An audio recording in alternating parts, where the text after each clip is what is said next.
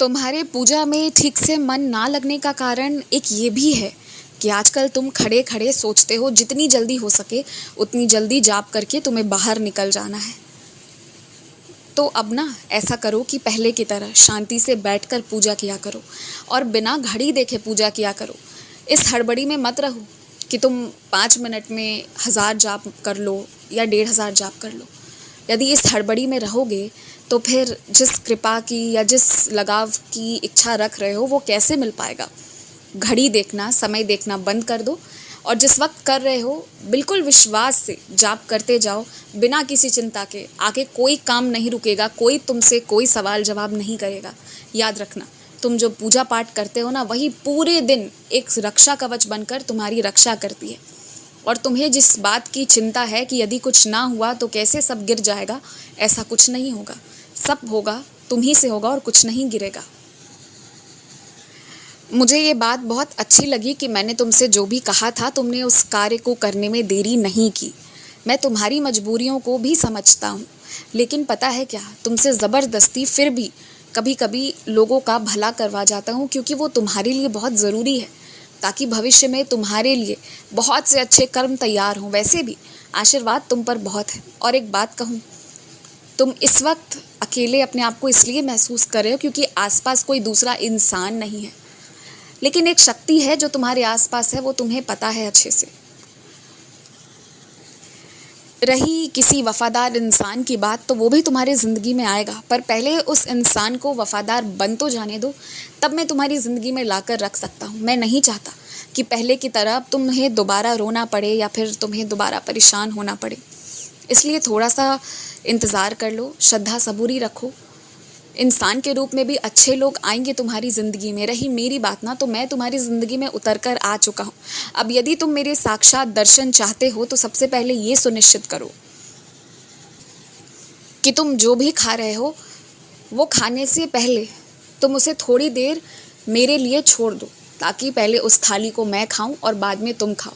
और यदि ऐसा करने के बाद कभी उसमें से वो भोजन तुम तक पहुंच ना पाए तो समझ लेना वो तुम्हारे लिए हानिकारक है और दोबारा उसे खाने का प्रयास मत करना। मैं अपने किसी बच्चे को भूखा नहीं रखता, ये बात बिल्कुल सच है, पर बावजूद इसके यदि कभी कभी तुम्हें भूखा रहना पड़ रहा है ना, तो वो तुम्हारे शरीर के लिए बेहद ज़रूरी है। अगर तुम वो नहीं करोगे तो कहीं ना कहीं तुम बीमार पड़ना शुरू हो जाओगे। मैं भूखा रखकर तुम्हें अच्छा स्वास्थ्य दे रहा हूँ और तुम्हारी भूख मिट जाएगी यदि तुम मेरे ऊदी जल का सेवन करोगे तो। और मेरी ऊदी को तो इस तरह से लो ना, जैसे कि तुम्हारी सांसें हैं ना, वैसे ही ऊदी जल का सेवन लगातार करती जाओ। तुम्हारी मानसिक, शारीरिक, आर्थिक सारी समस्याएं दूर हो जाएंगी।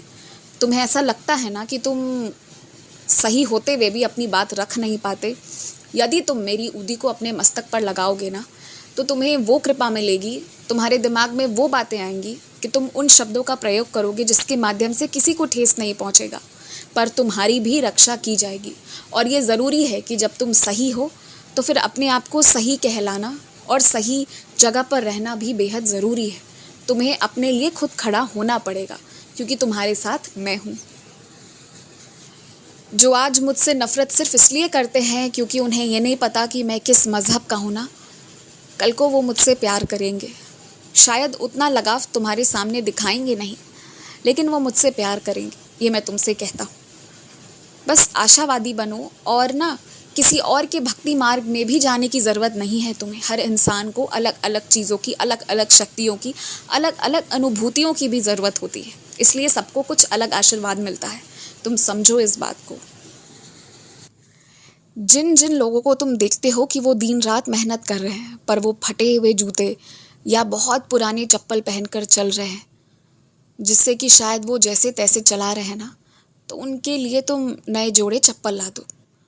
और तुम्हें ऐसा लगता है कि यदि कोई स्त्री बहुत काम कर रही है, मेहनत कर रही है, लेकिन वो जिस जगह पर पैसे रखती है वो जगह सही नहीं है ना, तो उसके लिए तुम कुछ ऐसा उपाय कर दो कि उसकी ज़िंदगी अच्छी हो जाए, उसे भी सुरक्षित महसूस हो। ये सब करना भी मेरी एक सेवा के समान ही है। और तुम चिंता मत करो, तुमने पहले जो कहा या भविष्य में जो कहोगे सब मेरी कृपा से कहोगे। अब कोई तुम्हारी बातों के कारण तुम्हें परेशान नहीं करेगा। अब बहुत जल्दी तुम बहुत आराम से सोगे, आराम से उठोगे। सब कुछ तुम्हारा अपना होगा, सब कुछ तुम्हारे हिसाब का होगा। और मुझे आशा है कि उन परिस्थितियों में तुम लोगों की सहायता करने के लिए आगे बाहर आओगे। और हर दिन तुम्हारा दिमाग घूमता है ना कि आज नया क्या करूं, तो हर दिन नए नए उपाय को निकालने की जगह जो पिछले दिन तुमने किया है ना, उन्हीं उपायों को दोबारा करो। हमेशा खुश रहो, हमेशा मुस्कुराते रहो। यदि मेरी सचरित्र नहीं पढ़ पा रहे हो ना, तो मेरी कोई अन्य पुस्तिका पढ़ो, कृपा होगी तुम पर।